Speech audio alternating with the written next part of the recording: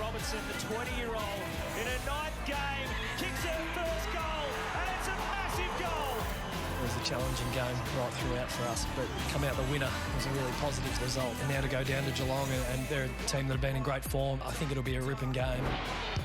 Getting boot to ball, Parry puts it through, and Parry runs into the open goal.